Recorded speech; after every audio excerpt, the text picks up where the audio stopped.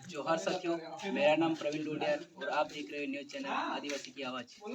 दोस्तों, आज हम आ चुके थे आसपुर विधानसभा के नवेले विधायक, जो कि सुर्खियों में नाम चलता है। नाम बताने की मुझे ज़रूरत ही नहीं है। उमेश जी डामोर, इनके निवास स्थान पर, और इनसे बात करने की कोशिश करेंगे। आज इनके लाइफ स्टाइल और इनकी जीवन की क्या कहानी रही और यहाँ तक आज तक पहुँचे तो किस तरह से पहुँचे, ये सब जानने की कोशिश करेंगे।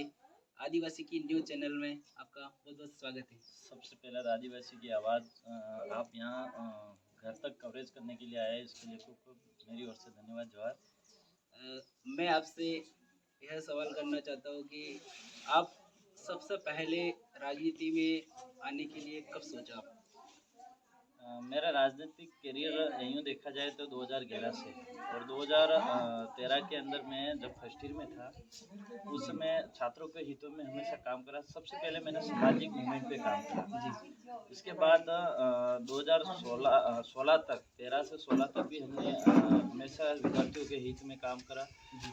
और छात्रों के हित में चाहे कोई समस्या हो, छात्रवृत्ति की हो, एडमिशन को लेके हो, किसी भी प्रकार की कोई भी समस्या, चाहे क्लास से लगने की बात हो, तो कॉलेज में हमेशा छात्र के हित में छात्र नेता के रूप में मैंने काम करा। और एजे मैं प्रेसिडेंट के दावेदार भी था, लेकिन 2016 में फिर पहला संगठन खड़ा करा हमने, बिल प्रदेश विद्यार्थी मोर्चा। उस समय प्रेसिडेंट था। उस समय सभी विद्यार्थियों ने मेरा साथ दिया, और मतलब 21 दिन की मेहनत में, मैं पहले से मेरी 3 साल की मेहनत थी जी। और भी दूसरों सबका साथियों का भी मेहनत थी। फिर 2016 में प्रेसिडेंट बना बिल प्रदेश विद्यार्थी मोर्चा से। तो यहाँ पर आपने विधायक बनने के लिए क्यों सोचा और कब से आपके माइंड में ऐसे विचार आए? विधायक बनने की मेरी सोच नहीं थी। मेरा खाली कॉलेज में प्रेसिडेंट बना, और प्रेसिडेंट बनने के बाद भी मैंने काफ़ी सारा छात्रों के हितों में भी मैंने समय पे छात्रवृत्ति दिलाने का काम करा। उस समय रूसा के तहत जो बजट आया था, 3 करोड़ रुपए बजट पड़ा हुआ था, वो बजट भी मैंने लगा के 8 कमरे बनवाया, मैदान को समतलीकरण कराया, 4 दीवार बनाने का काम करा, बाउंड्री का काम करा, बगीचे का काम करा। काफ़ी सारा कॉलेज में भी मैंने विकास करा। इसके अलावा फिर गांव स्तर पे, ग्रामीण में भी कई प्रकार की समस्या आती, तो वो भी मैं हमेशा आवाज़ बना, लोगों के बीच में जाता। इसके बाद 2016 के बाद 3 साल का जो मेरा कार्यकाल था, वो हमेशा लोगों के, जनता के बीच में जाता, नरेगा संबंधित हो काम देखता, केंद्र सरकार, राज्य सरकार की जो योजना है, तो उसके बारे में मैं हमेशा मंथन करके लोगों को प्रयास करता, कोशिश करा था। किसी की थाने लेवल की कोई बात होती छोटी मोटी, तो मैं प्रेसिडेंट था ही से छोटे मोटे काम निकलवाता रहता। तो लोगों ने, सबने एक उम्मीद रखी मेरे से कि ये कुछ कर सकता है। इसके अलावा फिर हमारा एक 2 अप्रैल की घटना भी हो गई थी, उसमें भी मैं 2 दिन, जो कटारा क्षेत्र बोलते सावला ब्लॉक के अंदर, वहाँ पे उस कटारा क्षेत्र से 2 विधायक जीत के आते थे, राया जी मीणा और गोपी जी मीणा। तो उस समय उन लोगों को दुख पड़ा था, तब मैं 2 दिन वहाँ जाके पड़ा रहा, और वहाँ पे लोगों को मदद भी करी, न्याय दिलाने के लिए आवाज़ उठाई मैंने। इसके बाद जब चुनाव आया, विधानसभा के चुनाव आया, उस जनता ने मुझे तय करा कि हमारा ये विधायक चुनाव लड़ाते हैं। फिर दोबड़ा आसपुर साबला के लोगों ने आम राय से मुझे तय करा, और 2018 के अंदर मैं चुनाव लड़ा। उस समय काफ़ी सारी मैंने मेहनत भी करी, कार्यकर्ताओं ने मेहनत करी, लेकिन थोड़ा वोटों से हो गई थी, 4,500 सेकंड पोजीशन रही। उसके बाद भी मैंने हमेशा, भले मेरी हार हुई थी उस समय 2018 के अंदर, लेकिन मैंने कभी हार नहीं मानी, न मेरे कार्यकर्ताओं को मैंने हार मानने दी। हमेशा काम करते रहे। भले हम एमएलए नहीं थे, लेकिन एमएलए के रूप में हमने केंद्र सरकार, राज्य सरकार, प्रशासन हो, चाहे सुख का दुख का, हर काम को एक्टिव रहे और लोगों को जनता के हित में काम कराने का काम करा। इसके बाद 2000 मैंने फिर पंचायती राज चुनाव के अंदर भी आसपुर विधानसभा में काफ़ी सारा हासिल करा। 2 प्रधान के बोर्ड बिठाए, दोबड़ा आसपुर साबला, दोबड़ा के अंदर प्रधान का बोर्ड बिठाया, साबला के अंदर प्रधान के बोर्ड बिठाया, और आसपुर विधानसभा में 6 जिला परिषद सीटें, 6 में से 4 सीटें हमने निकाल के जिला परिषद में पहुँचाई। ऐसा आपकी लाइफ में ऐसा कोई मोमेंट आया जब आपने सोचा कि नहीं, मुझे विधायक बनना ही चाहिए? ऐसा मोमेंट तो लगभग मेरे दिमाग में तो नहीं था, लेकिन जनता की आवाज़ को बढ़ने के लिए मैंने हमेशा ये सोचा कि कहीं के सरकार के सिस्टम में जाऊंगा मैं, तो जो सिस्टम है, उस सिस्टम को हम सुधार सकते हैं। और लोगों की, जनता की आवाज़ तो है ही सी, लेकिन सरकार में जाएंगे तो ये जनता का भला कर पाएंगे। तो आज वही मकसद था और आज वो मकसद हुआ। आपके बीच में मैं विधायक के रूप में हूँ और 2023 के अंदर मैदान में उतरा तो एक ऐतिहासिक आजपुर विधानसभा की जीत हुई है। 70-75 साल से यहाँ पे एमएलए बनते आ रहे हैं, कांग्रेस के बने, बीजेपी के बने, लेकिन 5,000, 15,000, 20,000 से ऊपर कोई वोट नहीं लाया था। लेकिन इस बार 30,000 की लीड से जीता मैं। तो काफ़ी सारा आशीर्वाद जनता ने मुझे दिया है और उन पे जो उनकी उम्मीदें हैं, उन उम्मीदों पे भी खरा उतरूंगा। आज से जब से देश आज़ाद हुआ, इसके बाद इलेक्शन हुए, इसके बाद कांग्रेस राज करती आई है, भाजपा राज करती आई, तो उनका गढ़ तोड़ने में आपका कैसे योगदान रहा? उनका गढ़ तो उनका ऑटोमेटिक टूट गया, क्योंकि मैंने हमेशा जनता के हित में काम करा, लोगों की आवाज़ बढ़ने का काम करा। मैंने कभी कांग्रेस बीजेपी का विरोध करने का काम नहीं करा। मैंने जनता का काम करा, जनता ने ऑटोमेटिक मुझे विश्वास करा और कांग्रेस बीजेपी के जितने भी नेता थे वो खत्म होते गए, क्योंकि कांग्रेस के जितने भी नेता थे उन्होंने जनता का कभी देखा ही नहीं। बीजेपी के नेता थे, उन्होंने कभी जनता का देखा ही नहीं। जो गवर्नमेंट सरकार जो सुविधा दे रही थी उनको, वो सुविधा लेके घर पे बैठे रहते और मैं हमेशा जनता के बीच में रहता। तो जनता ने परिवर्तन कर दिया। हाँ, मैंने सिर्फ काम करा, जनता ने परिवर्तन कर दिया। हाँ। तो अभी आजपुर विधानसभा में ऐसे कौन सा मुद्दा है जिसको आप सबसे ज़्यादा प्राथमिकता दोगे? हमारे आजपुर विधानसभा के अंदर देखा जाए तो 4 विधानसभा आती है डूंगरपुर जिले में, और आजपुर विधानसभा एक ये है जो शिक्षा से बहुत पीछे है। आज हमारे यहाँ इस एरिया के अंदर स्कूल तो है, लेकिन इस स्कूल के अंदर स्टाफ की कमी है, सबसे बड़ी बात। तो स्कूल के स्टाफ में टीचरों को फुल करने के लिए किसी एमएलए ने आवाज़ नहीं उठाई और न ही इसकी प्राथमिकता दी। तो मेरा सबसे पहले यही मकसद है, सबसे पहले शिक्षा पे ध्यान दूंगा। हमारे जितने भी सरकारी स्कूल है उस स्कूल के अंदर स्टाफ फुल करने का भी काम करूंगा। कई सारे स्कूल के अंदर सुविधा भी नहीं है, जहाँ भवनों की भी ज़रूरत है, सुविधा करने की ज़रूरत है, तो वो भी कराएंगे। और मेरा जहाँ तक मेरे घोषणा पत्र के अंदर भी है कि दोहड़ा, आजपुर, सावला 3 ब्लॉक स्तर पे मेरी तरफ से कोचिंग सुविधा मेरी तरफ से रहेगी। इसके अलावा लाइब्रेरी की भी कराऊंगा मैं, और जितने भी स्कूल है इसे बारीकी रूप से मैं उनकी समस्या को जानूंगा। और हॉस्टल हैं, जितने भी लड़कियों की हॉस्टल है, लड़के की हैं, उनको भी मैं बारीकी रूप से हॉस्टलों के अंदर जाके विजिट करूंगा और देखूंगा। मेरा प्रयास रहेगा बने तब तक इस समस्या का समाधान करना। तो यहाँ पर स्वास्थ्य के क्षेत्र में आप क्या करोगे? स्वास्थ्य के क्षेत्र में देखा जाए तो भी हमारे ये पिछड़ा हुआ ही माना जाता है। आज हमारे पीएचसी हैं, कई सारे पीएचसी को सीएचसी कर दिया, लेकिन आज पीएचसी का स्टाफ नहीं मिल रहा है। तो आज पीएचसी सीएचसी जितने भी हॉस्पिटल हैं, इस हॉस्पिटलों के अंदर आज भी स्टाफ की कमी है।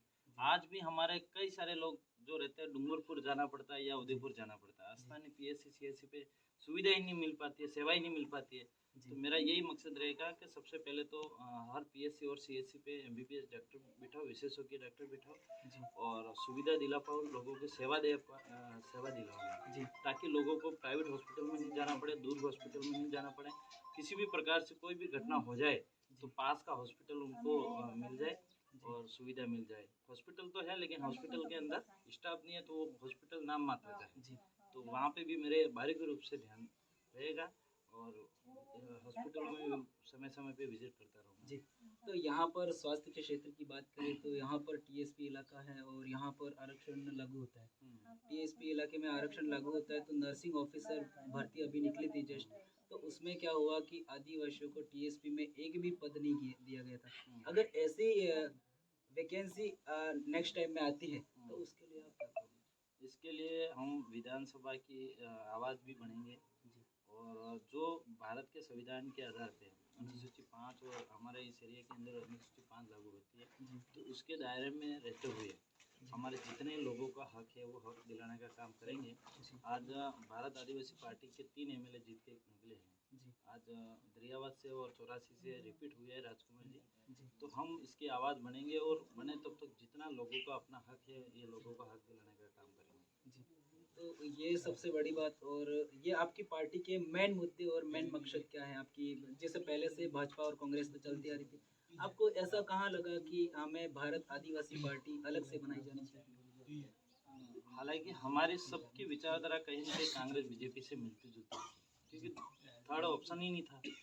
तो हमने क्या ऑप्शन बनाया, और ऑप्शन बनाने के बाद भी आम जनता गरीब का काम अभी तक नहीं हुआ था, तो वो काम हम करेंगे। आज पानी का स्तर देखा जाए तो भी इतनी सुविधा हुई, शिक्षा, स्वास्थ्य, बिजली, पानी, सड़क, ये लोगों के आम लोगों की मूलभूत सुविधा है, तो उस पर हम ज़्यादा काम करेंगे। इसके बाद संवैधानिक जो हक है, संवैधानिक हक के लिए भी हम काम करेंगे। तो यहाँ पर पूरे टीएसपी इलाके में देखा जाए तो यहाँ पर एससी, ओबीसी, माइनॉरिटी और जनरल के लोग भी रहते हैं, लेकिन ये भारत आदिवासी पार्टी तो भिल प्रदेश की मांग करती, इसके पीछे का क्या राज है? आज की तारीख में पार्टी भारत आदिवासी पार्टी है, लेकिन मैं जिस सीट से जीत के आता हूँ, ये आसपुर विधानसभा सीट है। आसपुर विधानसभा में सर्व समाज रहता है, एसटी, एससी, ओबीसी, जनरल समाज में सभी लोग रहते हैं, और सभी लोगों ने मुझे सहयोग करा है। जो लोग मेरे विचारों को समझ पाया, जो मेरे विचारधारा को समझ सके, और उन लोगों ने मुझ पर भरोसा करा था, सहयोग करा मुझे। और 5 साल का मेरे पास कार्यकाल है, और 5 साल में और मैं सब लोगों का दिल जीतने का काम करूँगा। और जहाँ बिल प्रदेश की बात है, तो बिल प्रदेश तो अब मध्य प्रदेश है, महाराष्ट्र है, गुजरात है, राजस्थान है, चारों स्टेट मिला के एक स्टेट बनाने की मांग है। आज ये बिल प्रदेश की मांग हम नहीं कर रहे हैं, पहले से मांग उठती आ रही है ना। तो 4 भागों में बांटा गया है, तो वो एक समय होगा जब होगा, ये भी होगा। और इस राज्य में ऐसा है नहीं, आज की तारीख में राजस्थान राजपूत के नाम से जाना जाता है, यूँ बताते हैं ये। तो आज राजस्थान में सब लोग रहते हैं, सर्व समाज रहता है। तो वो बिल प्रदेश में भी सब लोग रहेंगे, सबको हक मिलेगा, जितना जिसका जो हक है वो सबको मिलेगा ना। तो यहाँ पर अगर भिल प्रदेश बन जाता है तो एससी, ओबीसी, माइनॉरिटी और जनरल के लोग इनको क्या फायदा मिलने वाला है? उनका तो जैसे अभी राजस्थान के अंदर मिल रहा है, इसी तरह से इस बिल प्रदेश में भी उनका जो भी हक होगा वो तो मिलेगा ही। अब यहाँ पे कम्युनिटी देखी जाए तो सबसे ज़्यादा एसटी है आज की तारीख में, इसके बाद ओबीसी है, इसके बाद एससी है, जनरल का है, तो जितना जिसका जो हक है वो तो मिलेगा ही। अब यहाँ पे जो कम्युनिटी रह रही है वो तो रहेगी सी, उनका जो हक है वो हक रहेगा ही। तो यहाँ पर टीएसपी इलाके में आरक्षण की बात करें तो अभी समथिंग 40% आरक्षण मिल रहा है आदिवासियों को। तो यहाँ पर आरक्षण के लिए आप ऐसी क्या व्यवस्था करोगे जो उनको, जो वास्तव में रियल में आरक्षण मिलना चाहिए, वो मिलता है उनके लिए? आरक्षण की बात ये कब से विवादित मामला भी है, 2000 अधिसूचना 2013 की जो जारी हुई, उस समय सबसे ज़्यादा कांग्रेस के लोगों ने घोटाला करा। उस समय साइन करके उन्होंने जो दिया, उस समय से ज़्यादा विवादित मामला हो गया, और 2016 में बीजेपी वालों ने भी यही हरकतें करी, जिस कारण से यहाँ पे बहुत सारी आग लग रखी है। तो हम तो यही चाहेंगे कि जो संविधान के आधार पर जो संवैधानिक हक है वो हम दिलाएंगे। यहाँ आपकी बात करें तो आपके शिक्षा का स्तर आपका क्या है? मेरा शिक्षा का स्तर BA MA LLB है। मैंने LLB भी अभी करी है, ये 2022 में मेरी क्लियर हुई है। मेरी पढ़ाई छुट्टी 1 साल हुआ है। मैं MLA के विधायक चुनाव लड़ा, मेरी जब सेकंड पोजीशन रही, इसके बाद मैंने LLB करी है MLA से। इससे पहले मैंने कॉलेज करी, BA होने के बाद MA प्रीवियस में मैं कॉलेज का प्रेसिडेंट बना था। एडमिशन लेने के बाद MA करने के बाद मैंने LLB करी। क्या आपके मन में ऐसा कभी विचार आया था जब स्कूल में पढ़ रहे थे तो मैं एक विधायक की लाइन में जाऊं या पॉलिटिक्स का रास्ता चुनूं? ऐसा कभी नहीं देखा था मैंने, ना सपना देखा था मैं विधायक बनूंगा, वो देखूंगा। देखो मेरा संघर्ष और मैंने जो काम करे, मैंने कभी मेरा राजनीतिक करियर कभी नहीं देखा मैंने। हमेशा समाज के बीच में रहा, लोगों के हित में रहा। हमेशा जब मेरी स्कूल लाइफ थी तब भी मैं हमेशा लीडरशिप करने की मेरी आदत थी। मैं यहाँ पे गणेशपुर में पढ़ा हूँ, टाटिया में भी पढ़ा हूँ, खाताई में पढ़ा हूँ मैं, इसके बाद श्रीनाथ स्कूल के अंदर पढ़ा हूँ मैं, कॉलेज में पढ़ा हूँ। तो मेरे बचपन से पहले यही थी, लीडरशिप करने की मेरी थी, मतलब एक आदत बनी हुई थी कि मतलब कॉलेज में भी जाता तो भी, स्कूल में जाता तो 10-15 जनों का ग्रुप रखना है। कोई समस्या होती है तो वो करते हैं। जैसे हमारे हाथाई से यहाँ आते लास्ट टाइम में, जैसे बच्चों की बहुत सारी समस्या होती है, बसें वाले लेके नहीं आते, बसें रुकवा देते हैं। फिर हमारे बच्चों को सबको लेके आते हैं, भीड़ होती है, बस वाले नहीं लाते तो भी हम रोक के भी लाते हैं। तो ये हमारी पहले से लीडरशिप करने की आदत थी। और कॉलेज में भी हमने यही काम करा। जब 2013 में हमने एंट्री मारी फर्स्ट ईयर में गया मैं, जी तो छात्र के हित में हमेशा लड़ना स्टार्ट कर दिया। छात्रवृत्ति के मामला होता तो सीधे रोड जाम कर देते हैं हम, जी प्रशासन के सामने हम भिड़ते हैं, जी समाज कल्याण में जाके भिड़ते हैं हम लोग। जी तो काफ़ी सारा ये लीडरशिप करने की आदत थी मेरी, जी और ये धीरे धीरे और ऊपर आए हम। 2016 में प्रेसिडेंट बना। जी प्रेसिडेंट बनने के बाद राजनीतिक करियर धीरे धीरे खुलता गया। इसके बाद जनता ने फिर आम जनता ने भरोसा करा तो विधायक का चुनाव लड़ गया। विधायक का चुनाव लड़ने के बाद आज फिर एमएलए बना। जी एक छोटा सा एक फोटो वायरल हो रहा था जो कि आपका पिछले टाइम का है, जिसमें राजकुमार जी और आप दोनों जो साथ में फोटो, तो आज आप राजकुमार जी और आप दोनों विधायक बन गए, आप दोनों के बारे में राजकुमार जी और हम दोनों यूँ देखा जाए तो 2011 से 12 से दोस्त थे, अच्छा और राजकुमार जी रोज 2013 के अंदर प्रेसिडेंट बने। वो एनएसयू से प्रेसिडेंट बने, जी जी और मैं भी एनएसयू संगठन से ही था, जी है ना। तो जो कांग्रेस से बिलोंग करता है, एबीपी बीजेपी से बिलोंग करता है, और जो एसएफआई है वो कॉमरेड से बिलोंग करती है, सीएससीएस वगैरह काफ़ी सारे कॉलेज में जी संगठन थे। जी तो उस समय भी राजकुमार जी हमने सबने मेहनत करके, जी हम तो पहले से बचपन से दोस्त ही हैं, जी और हमेशा राजकुमार जी ये मेरा घर अपना घर समझते, उनका घर मैं अपना घर समझता। और उस समय काफ़ी सारा 2018 में चुनाव लड़े, प्रेसिडेंट बना, तब भी कहीं कहीं राजकुमार जी का रोल था, और हम दोनों ने काफ़ी सारी मेहनत करके कामयाब हुए। और 2013 में जब ये प्रेसिडेंट में करे तब भी हमने बहुत मेहनत करी, मैंने भी मेहनत करी थी। उसके बाद जब 2018 के अंदर ये चुनाव जीत के गए, तो उस समय 84 के जनता बहुत खुशी हुई, लेकिन आजपुर में हार होने के बाद उन्होंने विजय जुलूस तक नहीं निकाला। तो काफ़ी सारा उनको दुख भी हुआ। और मैं इधर चुनाव हारने के बाद भी जब हमेशा जनता के बीच में काम करता, कुछ दिक्कतें आती तो एमएलए साहब राजकुमार जी ने भी मेरा सहयोग करा, प्रशासन में कोई दिक्कतें आती। और इसके बाद तो आज दोनों विधायक के रूप में वापस विधानसभा में पहुंचे। बड़ी खुशी की बात है। आज हम दोनों भाई साथ में जाते हैं। आज भी जयपुर जाके हम आए तो एक ही गाड़ी में गए, एक ही गाड़ी में आए। तो काफ़ी सारा परिवर्तन भी करेंगे हम, काफ़ी सारा परिवर्तन करेंगे। तो यहाँ पर आप बात कर रहे हो एनएसयूआई से आप प्रेसिडेंट थे, तो एनएसयूआई कांग्रेस एनएसयू से राजकुमार जी थे, जी एनएसयू से राजकुमार जी थे। इसके बाद काफ़ी सारा हम संघर्ष करा। इसके बाद 2016 के अंदर जब हमारा जो हक था उसको नहीं मिला, इसके बाद मिशन 73 चली। इसके बाद जो आरक्षण का मुद्दा था, किसी कांग्रेस बीजेपी ने हम युवाओं को अनदेखा करा, हमारी बातों को कभी नहीं माना। इसलिए हम लोगों ने सोचा कि यार अपन कुछ नया संगठन बनाएं। तो संगठन बनाने के बाद उस समय भी हमने ये नहीं सोचा था कि पहले चुनाव में हम जीत ही जाएंगे, लेकिन हमने प्रयास करने का काम किया। तो उस समय सभी लोगों की विद्यार्थियों की आवाज़ थी, और उन्होंने सबने मेहनत करने के बाद प्रेसिडेंट बना। आज आप उदयपुर संभाग के अंदर देख सकते हो कि उदयपुर संभाग में अंदर आज 20 से 22 कॉलेजों में दिल प्रदेश विद्यार्थी मोर्चा जीता है, जबकि यहाँ पे एनएसयू एबीपी का सफाया हो गया। आज 2016 से लगातार दिल प्रदेश विद्यार्थी मोर्चा एसबीपी गवर्नमेंट कॉलेज चुनाव से जीतती आ रही है। पहले ये था कि कोई एनएसयू से बढ़ता, कोई एबीपी से बढ़ता, कोई एसएफआई से बढ़ता, और मात्र 50 वोटों से ऐसा अंतर रहता, 50 वोट, या एक गौतम कटारा और विक्रम जी, एक वोट से मतलब विक्रम कटारा जी रहता। तो ऐसी स्थिति थी। आज की तारीख में हमने वो काम करके दिखाया है, और विद्यार्थियों को वो विश्वास जीत के बताया है जो एक तरफा वोटिंग होती है। जितने बिल प्रदेश विद्यार्थी मोर्चा वोटों से जीतती है, इतने कांग्रेस बीजेपी के जो एनएसयू एबीपी संगठन है वो इतने वोट भी नहीं ला पाते जितने हम लीड से जीतते हैं। तो यहाँ पर बीपीवीएम जैसे ही यहाँ पर उदयपुर संभाग में जीतने लगा, उसके बाद में इलेक्शन होते ही कॉलेज की बंद हो गई।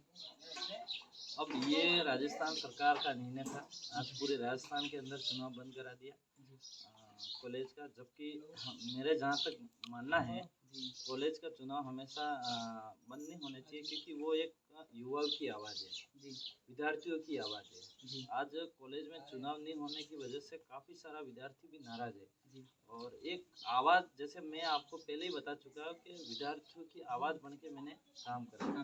तो कोई भी छात्र नेता हो, किसी भी संगठन का छात्र नेता हो, वो हमेशा विद्यार्थियों की आवाज़ बनेगा तो विद्यार्थियों को कुछ सुविधा होगी।